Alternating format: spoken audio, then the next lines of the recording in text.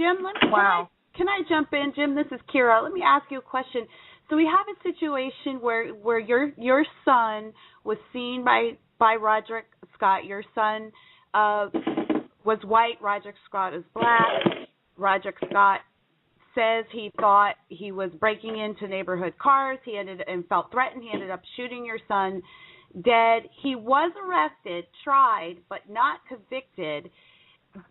Has anyone ever brought up to you, or did anyone during the entire process of the the arrest and trial, did anyone ever once bring up to you the possibility of this being tried or considered as a hate crime? No.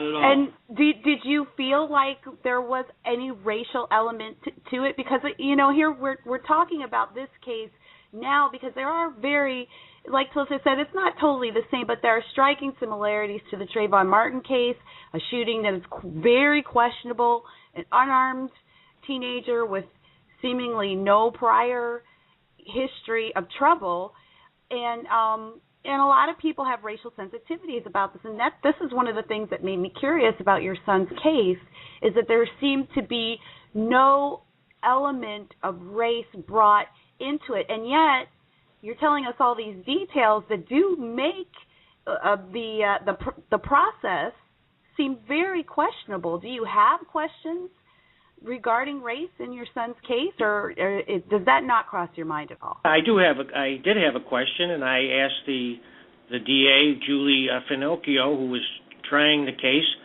I says, why? I says, it doesn't seem correct that they're, first it was charged with second-degree murder, then all of a sudden it went to manslaughter. And I'm going, I don't understand. Is this guy a cop, or is he an informant for the Greece police? I didn't, it got to me that is a race issue, but this guy was important somehow and was being afforded every which way to get out. He only spent like 2 nights in jail and was released on a $25,000 bond for second-degree murder. And that's one thing I do want to even clear up people in the audience, because when I set up the show, people were messaging me saying, but Roger Scott spent 2 years in jail before he went to trial. That is not true at all. Oh, no, it's not true at all. He spent like 2 nights in jail. It's not true at all. Now, what type of person was Christopher? I mean, obviously you all knew him well. We know that he wasn't never in any trouble, with the law. No, he was never in any trouble. He was very gentle in his demeanor. He never really gave me much trouble, although as becoming a teenager, they always challenge parents. But other than that, he was just a wonderful kid. He was never in a fight with anybody and was never in trouble with the law ever. He was a beautiful kid, young man. He would come to my house every day. He had just turned 17 in December. December 4th was his birthday. Just turned 17. And Trayvon Martin actually had just turned 17 not long before his death either. There's such similarities. They both had just turned 17. Now, Christine, you and I have talked, and I originally thought that in no way was Christopher Cervini demonized or made to look like a bad child or a thug in the way that some of the media and some people have done with Trayvon Martin, and that's not really true from what... Well, in our case, they were definitely taking the children and putting them on trial as if they were like little hoodlums, like they were pillaging the neighborhood. These children lived in the neighborhood all their lives. In fact, the Cervini family lived in this neighborhood over 50 years. These people just in the neighborhood for a matter of a year. This guy doesn't even have residency here. And, our kids were made to look like they were really bad kids, and the family was looked at as if where were the parents, and the parents were held accountable for the death of Christopher. Roger Scott, being the guy who went out with the loaded gun, looked like the hero, and we were the criminals, and including our kids. And nobody was stating it in the news we were told by the prosecution it was best for us not to make comment because they had to pick a jury. So it made it look like we had things to hide. And we were being guided, which people didn't know. We were being told what to say, what not to do. And so if we had to turn back the clock, guess what we would have been doing? We would have been screaming bloody murder in the news because Roderick Scott was never on trial for this case. Just like Jim said, they shielded him and protected him, and anything that went down, he was allowed to come back to the neighborhood with no stipulations. In fact, we questioned these things, and yet they continued down their path. And it started out wrong from day one and trickled itself right down through the trial and to the end, and he's still living in our neighborhood in this same house. Every day we have to live with that. Oh, this guy my didn't goodness. on his hands for anything he did. And not to mention the fact that when he shot Christopher, that bullet that goes through his back continues an upward trajectory and goes through the neighbor's house and puts a bullet in their house. And he was never charged.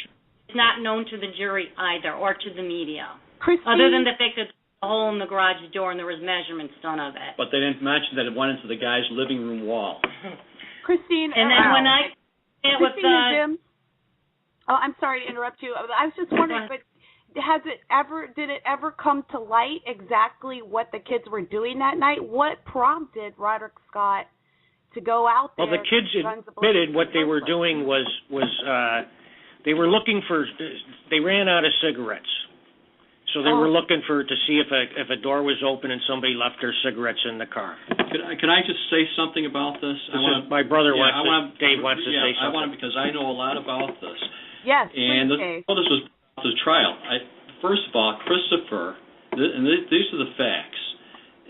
Christopher opened one car door that morning and closed it, and that was where he got shot. The other boy, James, didn't open any car doors, and the other boy did, when he was walking, opened up two car doors and then closed them. There was no damage to anybody's property at all, and nothing was taken from anybody. And the kids what they were doing is they were being loud out there. It was very windy out there, cold, and the two boys, my son and the other boy, Brian, are both 15 years old at the time. Christopher was 17. They were being loud, making noise, and Tracy Allen, who spotted them out there, and same with Roger Scott, they spotted them outside, and I'll tell you exactly what she says on 911. I'll read it to you so that you can hear what she actually stated.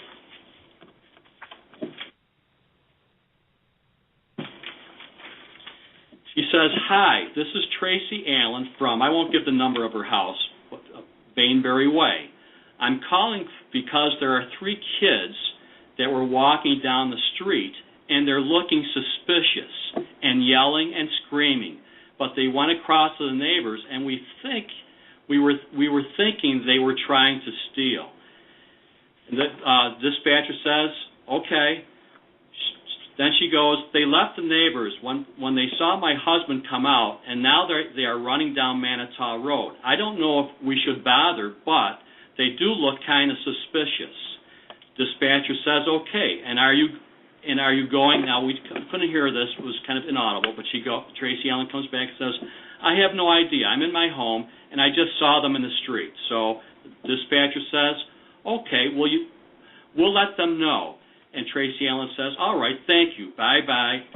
And she's up, and they just said bye. It was like, and I'd like to let you know that when Tracy Allen is on the phone and she's making this statement, she's already seen Roderick Scott come upstairs, look out the window with her.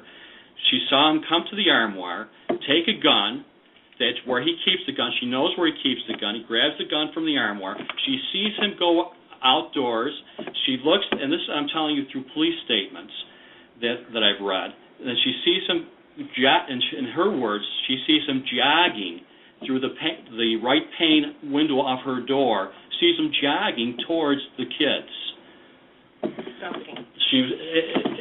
He was clearly going after them. And the gun was already out. And she herself never even tells the dispatcher that her boyfriend's left the home with a gun.